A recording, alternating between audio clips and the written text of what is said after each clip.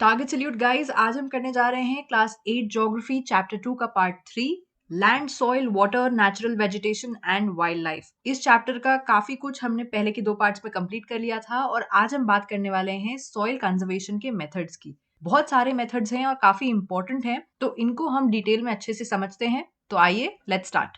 पहला तरीका है मल्चिंग। जनरली ये एग्रीकल्चर में यूज होता है मल्चिंग। इसमें क्या होता है, प्लांट्स के बीच में जो भी ग्राउंड एक्सपोज्ड होता है, जिसपे प्लांट नहीं उगा हुआ होता है, उसको ऑर्गेनिक मटेरियल से कवर कर दिया जाता है। ड्राई लीव्स से या स्ट्रॉ से, इन सब से कवर कर दिया जाता है। तो क्या होता है, सॉइल डायरेक्टली एक्सपोज नहीं होता है, जिससे सॉइल का मॉइस्चर भी रिटेन होता है और सॉइल इरोजन भी कम हो जाता है। तो ये एक बहुत ही सिंपल सी प्रैक्टिस है जो बहुत सारे फार्मर्स कर सकते हैं और करते भी हैं, जिससे कि वो सॉइल को कंजर्व कर सकें। और क्योंकि हम ऑर्गेनिक मटेरियल डाल रहे हैं सॉइल में, तो कोई खतरा भी नहीं है, क्योंकि वो अल्टीमेटली सॉइल का ही हिस्सा बन के सॉइल का हमस बढ़ा देंगे। दूसरा तरीका होता है कंटोर बैरियर्स। ये जनरली स्लोप वाले एरियाज में फॉलो किया जाता है। स्टोन को यूज करके या ग्रास और सॉइल को यूज करके छोटे बैरियर्स जैसे बना देते हैं, एकदम जैसे स्पीड ब्रेकर्स होते हैं ना, तो स्पीड ब्रेकर भी एक तरह के बैरियर्स ही होते हैं। तो स्पीड ब्रेकर जैसे बना देते हैं अलोंग द कॉन्टोर्स।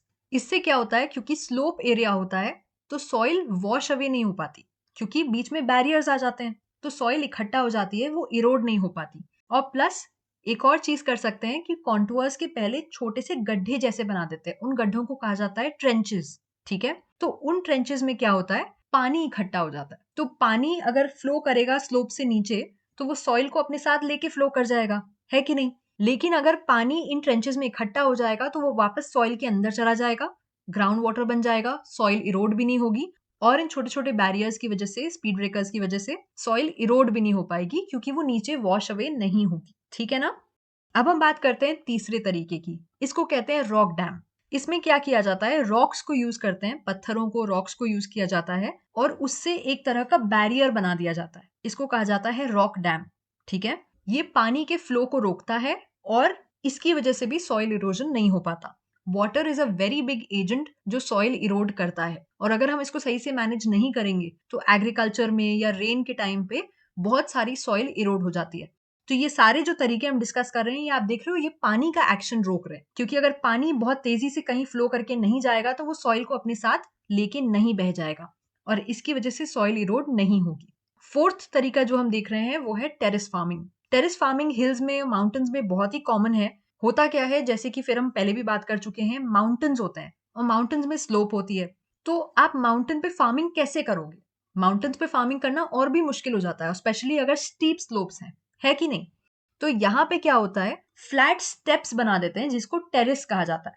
ठीक है, तो माउंटेन में कार्व करके फ्लैट स्टेप्स बना दिए जाते हैं और इन पे फार्मिंग करी जाती है। तो क्या होता है, इससे दो फायदे होते हैं। एक तो आपको एक फ्लैट सरफेस मिल जाता है जिसपे आप फार्मिंग कर सकते हो, और दूसरा, जब इस तरह के स्लोप को आपने एकदम फ्लैट स्टेप्स में कन्वर्ट कर दिया, तो ऑब्वियसली जो पानी है वो फिर से नीचे ऐसे बह नहीं जाएगा और सॉइल इरोजन कम हो जाएगा।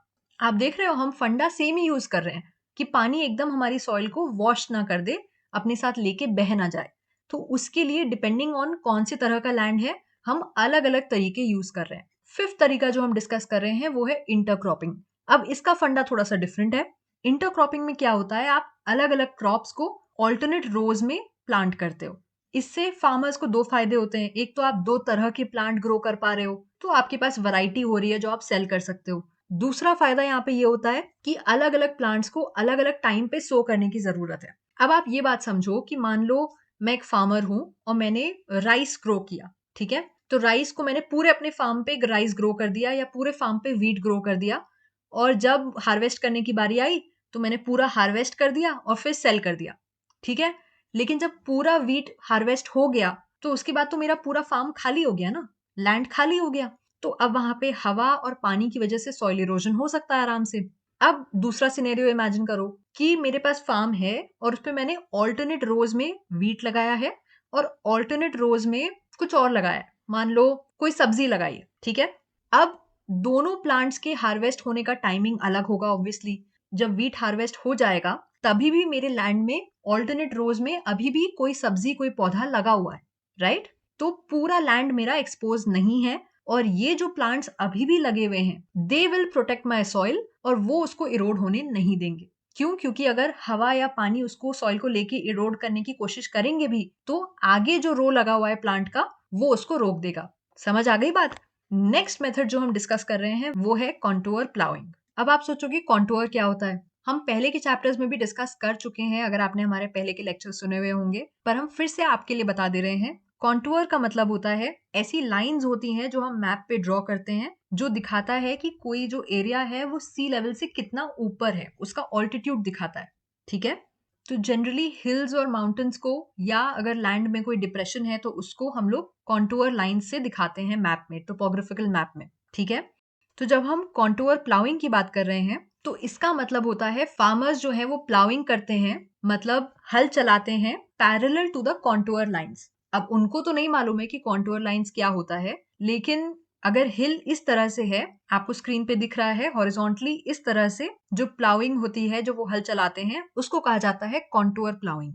ये भी एक तरह से नेचुरल बैरियर्स बना देता है जिससे पानी नीचे फ्लो नहीं कर पाता। This is similar to the concept of terrace farming, जो अभी हमने इसके पहले पढ़ा हुआ था। तो उसी तरह से है कि आप एक तरह से बैरियर्स बना दे रहे हो, स्पीड ब्रेकर्स बना दे रहे हो, जिससे पानी एकदम से नीचे फ्लो ना कर पाए।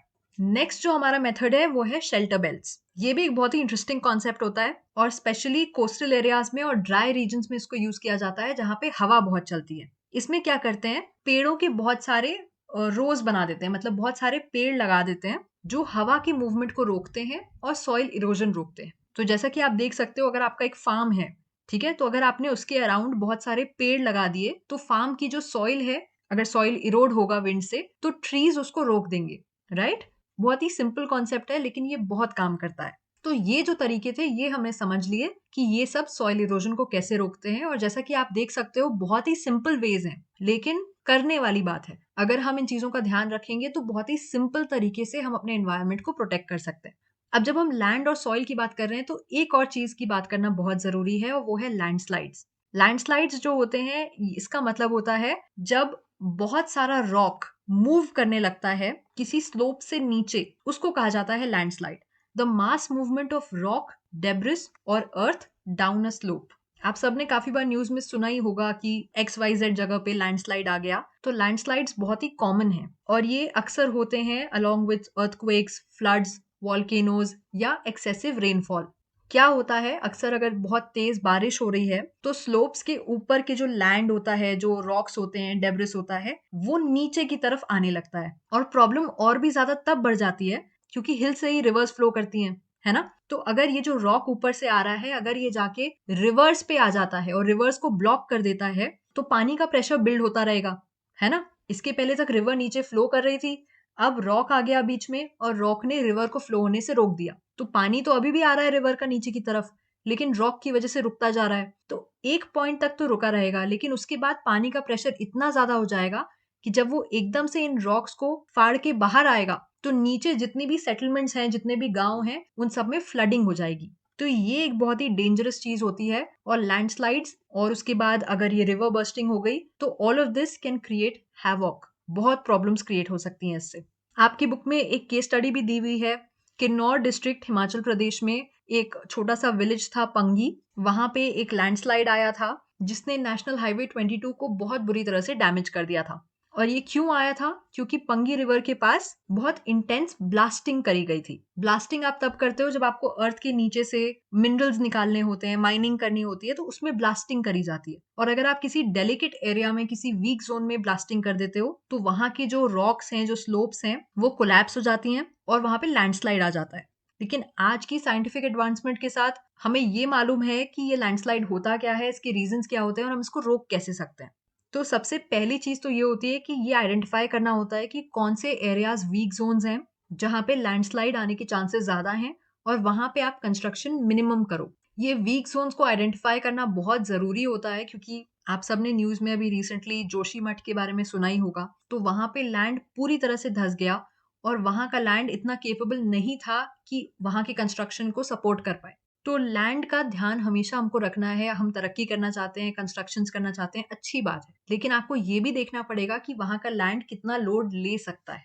दूसरा, रिटेंशन वॉल्स बनाते हैं काफी बार माउंटेन्स के आसपास। अगर आप माउंटेन्स में घूमने गए हो तो आपने हो सकता है देखा हो, रिटेंशन वॉल्स होती हैं जो हेल्प करती हैं कि लैंड स्लिप ना हो। और स्लिप होके एकदम से नीचे की तरफ ना आ जाए, उसको रोकने की कोशिश करती हैं। एक और तरीका होता है लैंडस्लाइड रोकने का, वेजिटेशन कवर बढ़ाना, क्योंकि पेड़ों की जो रूट्स होती हैं वो लैंड को स्लिप नहीं होने देती हैं, सॉइल को भी इरोड नहीं होने देती हैं। तो अगर वेजिटेशन कवर बना रहेगा माउंटेन्स का, तो वहां पे लैंडस्लाइड आने के चांसेस कम हो जाते हैं।